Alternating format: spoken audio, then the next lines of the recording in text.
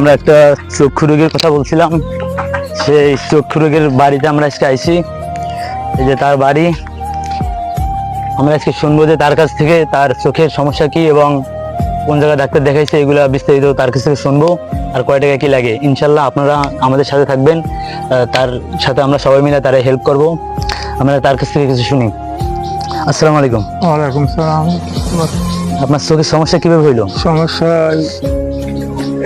প্রায় 4-5 মাস এরকম চলে যায়নি, তখন একটা কি আইয়া পরে চলে যায়, এরকম লাগতেছে ওই কিছু দেখি না, একদম কিছুই দেখা যাচ্ছে মোটামুটি ভালো। মোটামুটি দেখতেই পারি না। ডাক্তার দেখাইছেন? হয়, পিরোজপুর বাড়ি।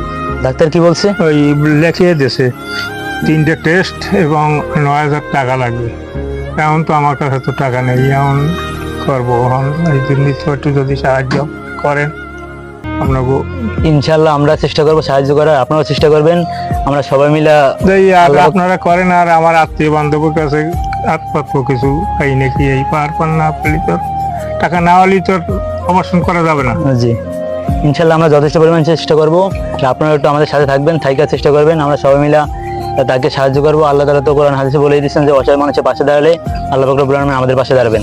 আমরা সবাই মিলে যথেষ্ট পরিমাণ চেষ্টা করবো তাকে সুস্থ করতে। ইনশাল্লাহ আপনারা সবাই একটু আমাদের সদস্য হয়ে আমাদের সাথে তারে সুস্থতা করতে, যে অনেক টাকার প্রয়োজন হবে না, আপনারা কিছু যদি দিতেন আমরা সবাই মিলে কিছু করতে পারতাম তার জন্য।